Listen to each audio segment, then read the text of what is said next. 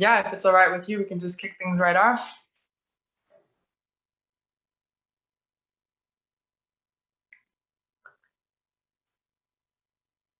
Perfect. So if I'm live now, I can kick things right off.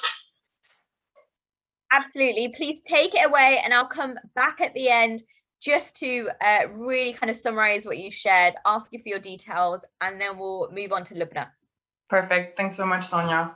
So as Sonia mentioned, I'm going to try to give you a few tips or things that I found helpful in navigating through the quantum hype. So I'm going to assume a little bit of knowledge about quantum from the audience, but you don't need too much. And for those who are completely new to quantum, essentially quantum computing is a new computing paradigm. And what that means is that it's a type of computing which just fundamentally kind of obeys different rules to classical computing. And the reason for that is because it's dependent on the laws of quantum mechanics, which behaves in kind of funny ways and different ways to what we see in our everyday normal life. Now, thinking about quantum and especially hype, we can start to think a little bit about how hype is generated in general in an ecosystem and specifically in quantum. So the word hype is generally quite a positive term because it means that there's some excitement that's being generated, especially about these new opportunities and doors that can be opened that were not previously accessible. But it can also be a little bit negative because sometimes this excitement isn't necessarily grounded in realism. So if we take a step back and look at the quantum ecosystem as a whole, a lot of people are hearing about it because there's enormous amounts of capital that's flooding towards the area. The Quantum Daily, for example, recently estimated the amount of government funding that's been committed towards quantum, and today that stands at 24.4 billion globally. On top of that, BCG recently released a report that estimates that by 2040, 850 billion will be generated annually thanks to quantum computing. So you have all this capital that's flooding in, and obviously that's getting people's attention because people want to jump on board this train that's going to lead to the opportunities of tomorrow's world, essentially. Now, taking a look at all this capital, where is it all going? The truth is, quantum computing has applications in a lot of different sectors. For example, there's promises in the areas of pharmaceuticals and drug discovery, where quantum computing can help basically with the simulation and design of drugs and chemicals. On top of that, you have applications in the financial sector, where, for example, quantum can be used to help with specific types of optimization problems. You have applications in logistics. You also have applications in physics, where quantum computers can be used to specifically simulate quantum systems. And so you have all these different areas that are somehow linked to quantum. And what I like to do to kind of remind myself of where quantum fits in all of this is to try to think what joins all these fields. So mathematicians, physicists, computer scientists all like to basically categorize problems in terms of how complex it is and how difficult it is to solve them. So you get this term algorithmic complexity or computational complexity, which is nothing more than just a way of putting into categories and boxes how difficult it is to solve this type of problem. And it turns out that in all these fields, it's chemical simulation, drug simulation, finance, logistics, etc., you have the same types of problems. They sit in the same category. And these problems are the same ones that quantum computers can solve. So already thinking about how that draws them together gives them a little bit of a hint on how quantum can help in the fields. So these specific categories already help you think about lots of different areas where you can think already, okay, quantum doesn't make so much sense here. And it helps rule out a lot of noise that you can find in the ecosystem because there are fields that just will not have applications of quantum computers, or at least as far as we can see right now. So that's kind of the first tip I have, really like bringing it back to the basics of what kinds of problems make sense to map to quantum computers. But maybe we can dig into that a little bit deeper. So when I think about the types of problems that quantum computers can solve, I like to put them into two main categories. So the first is optimization problems, and the second would be problems that essentially leverage some of the tricks that quantum computers can do thanks to following the laws of quantum mechanics. Looking at the optimization problems is quite cool because basically, in general, the world has a way of kind of following the path of least resistance, right? So if you let something just have its own way, it will naturally tend towards the most easy way to get there. And that's kind of what you're looking for when you solve an optimization problem. You want to find the easiest way or the shortest way or the most efficient way to find your answer. So if you take these problems and then put them in a system that will naturally relax towards the answer, you have a really cool way of leveraging something that nature just does itself. So that's one category of quantum problems. The other ones are the ones that leverage these quantum tricks, like I like to call them.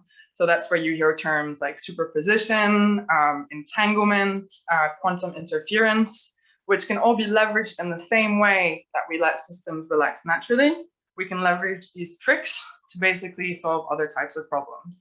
And this is where you get the appearance, for example, of Shor's algorithm, which promises to find the prime factor of large numbers in a non-polynomial amount of time. That's just jargon, but essentially it's a cool cryptography trick. And so now we have kind of the categories of problems, the two main boxes of optimization and the ones that use the quantum tricks. And that already can provide a lot of clarity in terms of how to think about what quantum computers can actually do. So we've got those. Another thing that's really important to think about, and that if you've looked at quantum a little bit, you've probably heard about, is that quantum computers are really, really difficult to build. And the reason for that is because they're basically using particles, the fundamental particles of nature, like atoms and ions and photons. And these are really, really small parts of the universe. So to control these is extremely difficult. They're very, very fragile systems. And that kind of brings us to the other thing that can be helpful in navigating all this hype, is thinking about really the engineering challenges. So that's a pretty broad term. And again, I like to kind of piece this into two parts. It all kind of bottles down to, first of all, control. So really having control of your system so that you can use it in a way that you want. And second of all, scalability. So it's one thing to control a very small entity on its own. It's another thing to try to control it when it's 100 times bigger, 1,000 times bigger, millions of times bigger. And that's essentially the challenge that the industry is dealing with right now. So we have the categories of problems, we have the engineering problems that can be reduced to kind of control and scalability. And how I like to kind of summarize that, and that I use as an axis a lot in the ecosystem, is really kind of like the intersection between these two. So whenever you see an opportunity, you can always ask yourself, first of all, okay, does it make sense? Is this the right type of problem for a quantum computer? Does it fit in that same type of category? And second of all, what kind of hardware underneath needs to be there to support it? So there you can very quickly see that there are a lot of limitations and boundaries that you can understand and construct for yourself when thinking about the timelines of things. So there are obviously opportunities that are closer in the next few years, some that are a little bit further down the line, and then some in decades. And really these two axes, I think, can provide a lot of clarity when you're hearing all these promises of promises of promises. That being said, it's still an incredibly exciting field, of course, which is why I love it, but the realism is really important. Maybe the final point that I'd like to make, just sort of navigating through this sometimes chaos, is that the field is still very, very close to research and academia. And research, even though sometimes it might appear that it progresses very incrementally, can actually be disrupted by an unexpected big breakthrough. So what that means is that when you're thinking about stability in the ecosystem and kind of long-term players or companies that you assume are going to be there for a long time, it's always important to remember that a small breakthrough could potentially disrupt the ecosystem. So hopefully with that, I've given you a high-level sort of overview of how I navigate through a lot of hype in the ecosystem, and you can keep these in mind when you're thinking about it yourself. So thank you. Thank you for sharing. It really resonates with the hype cycle that Gartner speaks about, right? When you go up and then if something goes wrong, you go back down, and you really have to work on it to get to a point where it is in the ecosystem again. You are producing some great elements out of it. And I loved how you started. You started with the definition of what is hype. There's a lot of hype out there. It can be good, it can be bad, but fundamentally quantum computing is there to solve a problem, ordinary day problems. And Emily, I have to say, as somebody who is very new to the quantum computing world, you made it so easy for us. So thank you so much. What do you think is the future of quantum computing? If you could note it down to one thing, Or what is your prediction for the next 5 years? Maybe that's an easier question. Both tricky questions, I would say. What I'm most excited about in the field is that, you know, when you have these categories of problems, the more complicated they get, the more difficult they get to categorize. And that actually means that there's opportunities that we probably don't even know about. Like, you know, when the internet was created, if someone mentioned an idea like Facebook, it just didn't make any sense because the founding blocks of decades before. I think similar things will happen with quantum. So there's a lot of opportunities ahead. What a great way to think of things in a positive light. Emily, you're going to join us for the panel, but for those who are watching right now and want to answer our question, is DeepTech the future of technology?